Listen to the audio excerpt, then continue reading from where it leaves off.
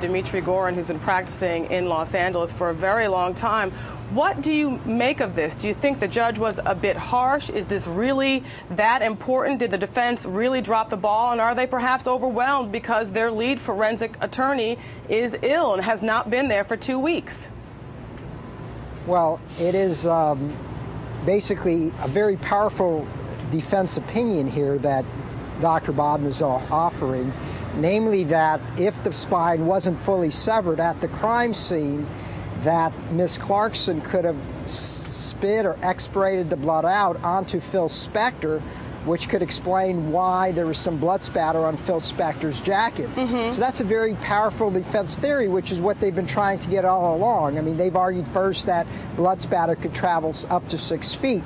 But with this opinion, so you think the judge was legitimately upset and acted appropriately in quickly finding that there were discovery violations, and then saying that he needed a minute to take a look at the law, try to figure out exactly what he believed the remedy will be for the prosecution, who he believes has been harmed at this point?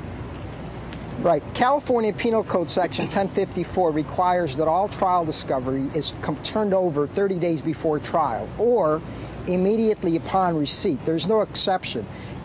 In this case, upon Mr. Plourd receiving this opinion under California discovery statute, he had to turn this information over to one of the prosecutors. It doesn't appear he did that, and the prosecutors were caught completely unawares in the courtroom. So that it does appear to be a discovery violation. The question for the judge right now is what remedy, what extreme does he go to? It's very hard for him to strike the testimony of Dr. Bodden because the Court of Appeals pretty much uniformly have come back and said when you strike entire defense testimony, typically it's error. There's other type of remedies like giving the jury an instruction that this was in fact a discovery violation. The defense didn't turn it over. So I think that's what the judge is mulling over lunch here, and he doesn't want to instill or infuse error into a case by maybe coming up with a ruling that's a little too harsh. Certainly not.